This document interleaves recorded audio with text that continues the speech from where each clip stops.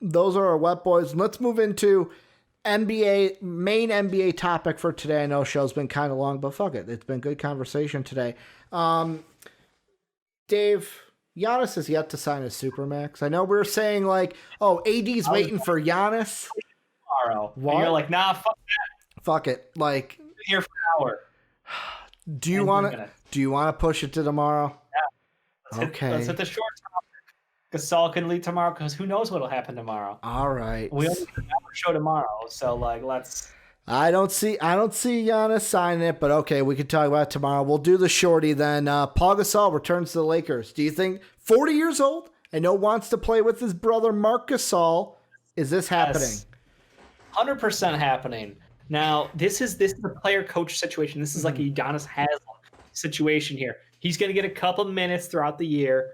It's going to be great to watch the two brothers out there. We got to watch them tip off against each other in the playoffs just 2 years ago. It was an incredible game between the Raptors and Bucks. Like something special, something you never see. And that's an all-time cool thing. But getting to play together on a championship caliber team, that's something else. Paul is going back home, and again, someone who made his career with the Lakers. I can only imagine the warm welcome he's going to get. Yeah. His time with Kobe Bryant was something special. And again, his connection to the Bryant family, the Lakers, the buses, like he is a Laker legend and no doubt will be in their Hall of Fame.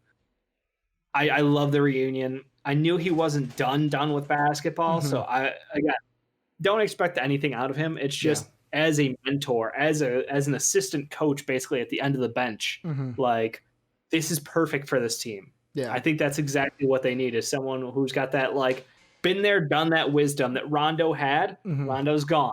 You need another player coach on the team, and Pau Gasol, one of the smartest, craftiest, like best people you could possibly add to a team. So before I get to the actual point, I have to say this whenever Pau Gasol is brought up in a conversation. Fuck Garpax.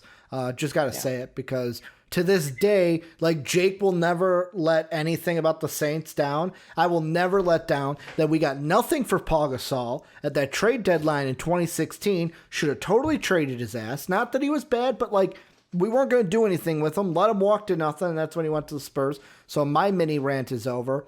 My thought with Pau Gasol, and this is kind of like you bring up the player coach kind of a situation, which is not a bad thing, but my first thought was at 40 years old, how much does he have in the tank to where is it going to be more of mentor and coach rather than player out there? Like that's not a bad thing for the Lakers, but like, is it going to be more so of a, like you said, lean more on the coach and mentor side of Pau Gasol. He gets thrown out there with his brother in the season so they can play together. He gets the reception from the Laker fans, but it's more, hey, we're leaning on you for what your knowledge is of the game rather than what you can do on the court for us. Yeah, I think 100%. I mean, I'm sure he can teach Anthony Davis a thing or two. I'm sure he's got some drills he could work through with AD and get him a little better. Maybe he can help out Montrezl Harrell, be less of a piece of shit. Who knows? Like, that's the thing. Tell me how you really feel about Montrezl Harrell, Dave. Okay. Bigger piece of shit, Montrezl Harrell or Marukes Morris last year for what he did to Luka. Marukes Morris, obviously, but like I love how you went straight to Kemba too. I naturally rent free, Dave. Rent free.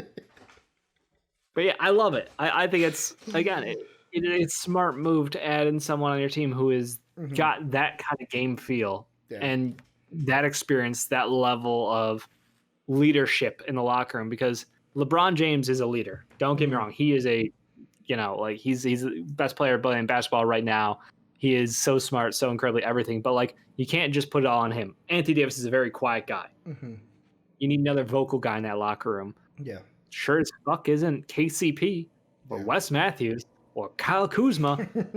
Like having someone like Pau Gasol as a stabilizer for that locker room. I think this is a great move. And I don't know if you heard, I think Tyler Hero was talking about Udonis Haslem. Yeah. And, how much he added to that team, basically just being there. And now we see Evan Turner is going to be a coach I think, for the Celtics. And who's Mhm. another player who's actually moved over to the full coaching role too?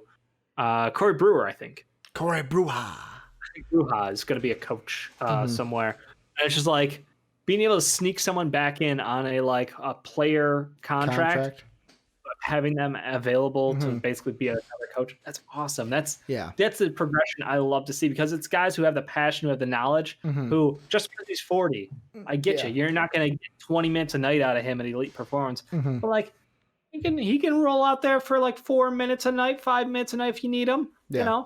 Pass the ball, hit an open three. Pau Gasol was the leading 3-point shooter on the Spurs literally 2 years ago. Good point. In this NBA too, like in this NBA, where getting some 3-pointers in there is definitely needed. It Like, makes Marc Gasol happy. It makes LeBron James mhm. happy. It makes the head coaching staff, or the coaching staff, happy. Like, Mhm. and it makes the Bucks and the Lakers fans happy. Yeah. It's a win all around. It's a very nice story. To me, I'm more focused on the story, Dave. Like for me, it's not about because like you're right. What he would add knowledge wise is going to help this team. But let's be honest, this is a team that doesn't necessarily need it. Where they're still going to be a championship favorite. They'll probably go back to the finals unless something like miraculous happens for someone else. But it doesn't hurt them that way. I'm more interested in the getting to play with his brother. The first time we see them on the court at the same time is going to get a pop from people at home. What? Outside of international play where they beat us down. Yeah, good point.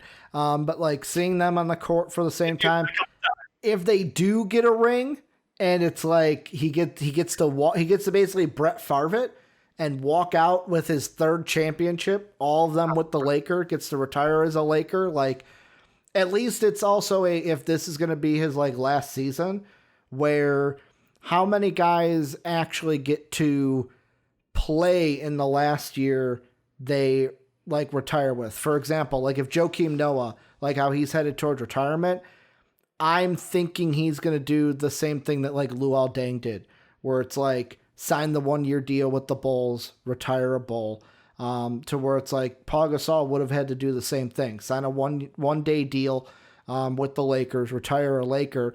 But now it's like, hey, I get to play with my brother for 1 more year, and if I'm done at the end of the year for sure, because I'm 40, I get to retire a Laker and actually say I played my last season, rather than doing like the 1 day and then retiring with the team. Rehab, Mm-hmm. So like Yeah. he should be. I haven't seen workout footage or photos or anything. Now, if he's not in shape, then whatever. But like, it doesn't really matter. Yeah. Again, he's there on a minimum. He's just there to be a guy in the locker room. Mm-hmm. And again, it's a nice thing. Like it's kind of like a nice, like, obviously the Lakers winning the finals after Kobe passed away means a lot. But if they could do it again with Pau Gasol, Kobe's second best teammate of all time, like that would mean a lot too. Who's his first best teammate of all time, Dave? Oh, okay. I was gonna say, but that's off of performance wise, right? Not because they liked each other or anything, right? I think Kobe liked a lot of players more than Shaq, but Yeah, I was like, I'm thinking, I'm like, is he going talent? I'm like, because I was thinking like personality wise of like, he can't mean Shaq, right? They fucking hated each other towards the end. But hey, they won championships. But that's going to do it for MVP Sports Live today. One thing that I didn't mention at the top of the show that I'll mention now is Dave and I will have a special surprise for you guys tomorrow. We're going to have a special guest. Not going to say who it is. You'll have to tune in tomorrow to see who the special guest is. But we're going to be joined by somebody. Show we're going to try to start, or actually we'll have to start around 5 o'clock Central Time, because it's going to lead us right into the Game Awards, watching it soapy. If Dave wants to watch it with us, he's more than welcome to. But we're going to be watching the Game Awards, reacting to everything that is going on there. So it should be a great time all around. Remember, join the Discord if you haven't already. Link down below in the description, or !Discord gets it to you in Twitch chat. If you want to support us, patreon.com/MVPvids. How you do that? Again, link down below, or !Patreon gets that into Twitch chat, where we're live every Monday through Friday. Twitch.tv/MVPvids. But we are also on YouTube at MVP Sports as well. So go ahead and follow, sub, and make sure you're all tuned in, tapped in like a Spinal Tap into MVP. We're just soaking that sports knowledge right into your head each and every day. Dave and I will be back tomorrow with our special guest. But as always, thank you guys for being great, and have a good day, everybody.